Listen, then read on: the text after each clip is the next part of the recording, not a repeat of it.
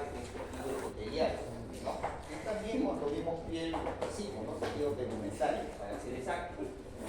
Pero a diferencia de la piel, nosotros en la cavidad bucal tenemos otros tipos de mucosa que dependiendo de la región en la que se encuentre va a tomar distintos nombres debido a la función a la que está, digamos, obligado a hacer.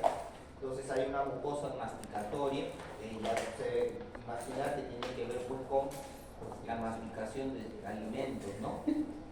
Hay una mucosa de revestimiento que es distinta a la primera.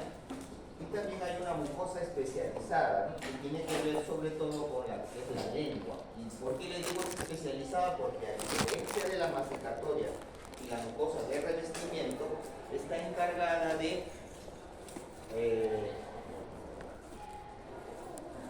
captar, ¿no? Los distintos sabores, ¿no? Vale decir, para hacerlo más fácil, pues lo que significa que es la lengua, ¿no? Entonces, dentro de las partes de la mucosa, ustedes están viendo sobre todo esta figurita, vamos a representar un poquito aquí, ¿no? Este es un tejido epitelial, ¿ya? Lo que ustedes están viendo acá arriba, estas partes, estoy pasando con el cursor, viene a ser el tejido epitelial, ¿no? Vale decir de aquí hasta acá. Todo es tejido epitelial. La parte que está arriba, que viene a ser acá como una franja transversal, ¿no? Eso viene a ser la queratina, tejido, ¿no? Que deriva lógicamente del tejido epitelial, y lo que está debajo, ¿no? De esta parte que está rosadita, ¿no? Que entra incluso a estas zonas, es la parte del tejido conectivo o conjuntivo. ¿Ok? Entonces, dependiendo de la zona en la que nos encontremos, esta figurita va a variar. Entonces, esta figurita puede tener, como en el caso de esta mucosa, que es mucosa masticatoria, tiene esta forma. Esto corresponde sobre todo a la mucosa del paladar. Pero dependiendo del tipo de mucosa y de la región en que nos encontremos, esta figurita que ustedes están viendo ahí va a variar. ¿Ok? Sin embargo, puede tener distintas presentaciones de acuerdo al tipo de mucosa, pero siempre va a tener las mismas características, todas ellas. Así como nosotros tenemos pues una cabeza, dos piernas, dos brazos, un tronco, un abdomen, pero todos nos distinguimos, ¿no? Por ser seres humanos.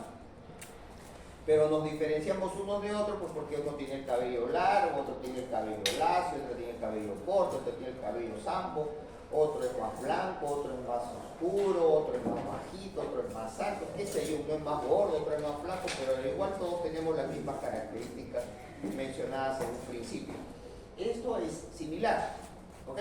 Entonces, lo que ustedes tienen que aprender es diferenciar esas estructuras que se encuentran y que pueden variar una de otra. ¿Okay? Entonces, la mucosa está formada por el epitelio, que vuelvo a repetir, voy a hacer esta parte. ¿Ya? El corion o lámina propia, que vendría, perdón, vamos a retroceder un ratito más. Esta parte de acá que hemos dicho que es la queratina, esto que es el epitelio, y este es el tejido conjuntivo que está en contacto con el tejido epitelial.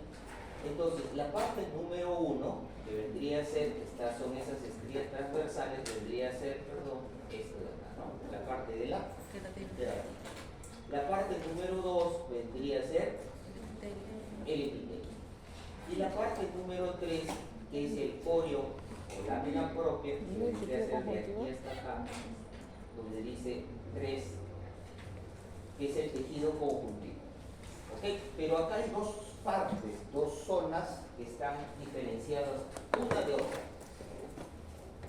La parte del tejido conjuntivo que está metida dentro de esto, así, vamos a ponerlo acá, miren, esta parte del tejido conjuntivo que está aquí, acá también y acá también, se le denomina papilar. ¿Ya? Papilar. Y es un tejido conjuntivo de tipo laxo. ¿Por qué decimos decimos que es un tejido conjuntivo de tipo laxo porque predomina ¿qué? Fibra. Fibra. No, predomina las células. Pero la otra parte que va de aquí hasta acá, o mejor dicho, si trazamos una línea imaginaria acá, y vendría a estar todo esto, eso vendría a ser el tejido conjuntivo denso, en el que predominan fibras. Entonces, en el primero, acá, predomina células, y en la otra parte que va de aquí hasta acá, predominan fibras. Entonces, el coreo o lámina propia, que vendría a estar aquí, ¿no? Hasta acá, se divide en dos. La parte número 3, que habla del tejido conjuntivo laxo, y la parte reticular, que habla del tejido conjuntivo denso. Todo esto, jovencitos, 1, 2, 3 y 4 es la mucosa. ¿Ok? Y lo que está debajo de la mucosa, ¿qué será? Un tejido adiposo. Fácil, submucosa, ¿no? Ahora, en el caso de la piel, había prácticamente lo mismo, ¿no? ¿Cómo se llama esto? Queratina, epitelio, tejido conjuntivo, sea papilar o reticular, y debajo también venía la submucosa. Dependiendo del lugar, entonces, la submucosa, en el caso de la cavidad bucal, puede estar en íntimo contacto con el hueso. La submucosa puede ser músculo, es decir, debajo de la mucosa inmediatamente hay músculo, debajo de la mucosa inmediatamente hay tejido adiposo. ¿Sí? Por eso es que el 5, estas células que están aquí, que están de color amarillo, que sus núcleos están acá, representan al tejido adiposo. Pero no necesariamente tiene que ser tejido adiposo. Vuelvo a repetir, la submucosa puede estar, en este caso, es tejido adiposo, pero puede ser reemplazada por hueso.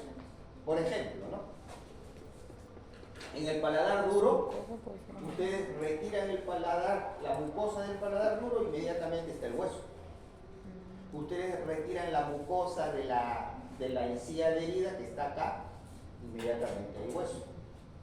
Pero si retiran la mucosa de otras partes, como por ejemplo el labio inferior, la porción del paladar blando, la mejilla, ahí no van a encontrar hueso, ahí van a encontrar otras cosas. Si por ejemplo nos vamos al carrillo, entonces posiblemente encontremos músculo, ¿no? Entonces, dependiendo del lugar en donde nos encontremos, la submucosa puede estar conformada por cualquiera de estos tejidos. La submucosa, como dice ahí, no es parte de la mucosa, ¿no? Es sub, debajo de. La mucosa es el 1, 2, 3 y 4. ¿Ok? Todo eso corresponde a la mucosa. Parte importante de la mucosa sí es el tejido epitelial, ¿no? Y su parte más superficial que viene a ser la queratina. Entonces, donde se ve, aquí está el 1, que debería ser acá. El 2 es el tejido epitelial, que viene a ser todo esto. Las papilas, ¿no? Y la parte 4, pues acá no es, la pizarra no nos permite ver, pero debería ser esta forma, ¿no?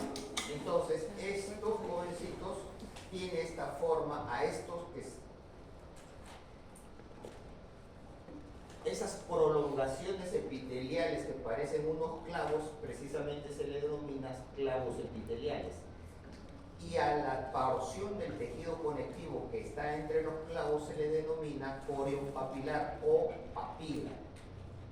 ¿Por qué? Porque este tejido epitelial no contiene vasos sanguíneos, entonces se alimenta por difusión a través del tejido conjuntivo que está acá. Entonces, estas prolongaciones permiten que haya nutrición de todo este tejido epitelial a través de estas papilas. ¿Ok? Ahora bien,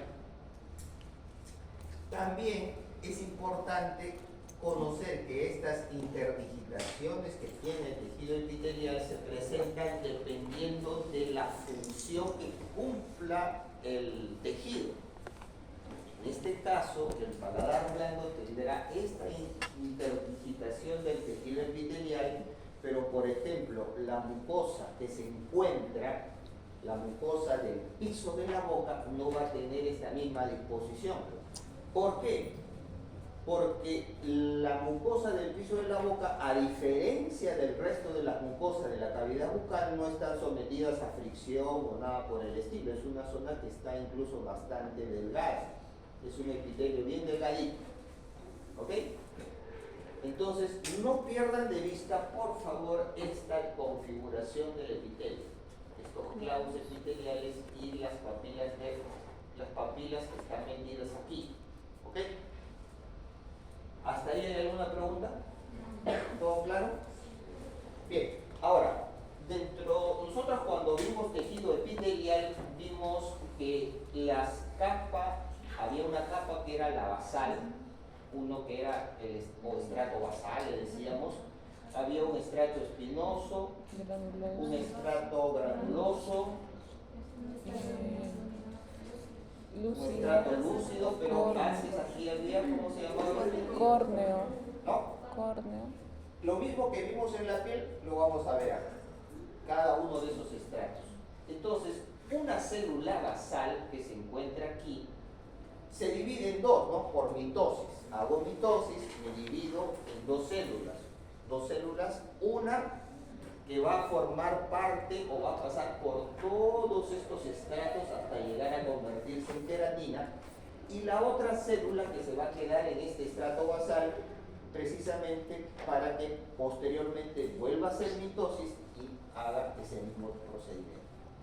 Entonces, una célula basal se divide en dos, pero de las dos solamente una pasa por todas estas etapas hasta llegar a ser queratina, y la otra se queda en el estrato basal para continuar con la proliferación de las otras células. ¿Ok? Entonces, si la célula basal, ya imagínense que esta parte de acá, que es la parte basal, es la pared. Entonces viene una célula se divide en dos. Imagínense que la señorita es la división y yo soy la otra que me divido.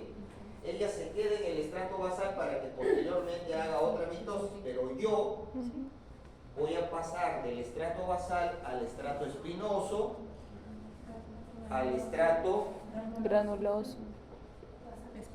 al estrato córneo, y me transformo en queratina, ¿no es cierto? Entonces, como yo estoy pasando por todo ese proceso, esa célula se le denomina queratinocito. Yo que me he venido desde allá hasta allá. Ya, yo soy el queratinocito. Entonces, el queratinocito pasa por un proceso que dice ahí de maduración epitelial. Entonces, de una célula indiferenciada se transforma en queratina. Durante todo ese proceso, entonces, hay procesos anabólicos y procesos catabólicos. Los procesos anabólicos tienen que ver con síntesis de proteína, con síntesis de ADNR, con procesos catabólicos como también desintegración del núcleo y sus organelas, ¿no? Cuando yo me voy a transformar ya en la última capa, que es la capa córnea,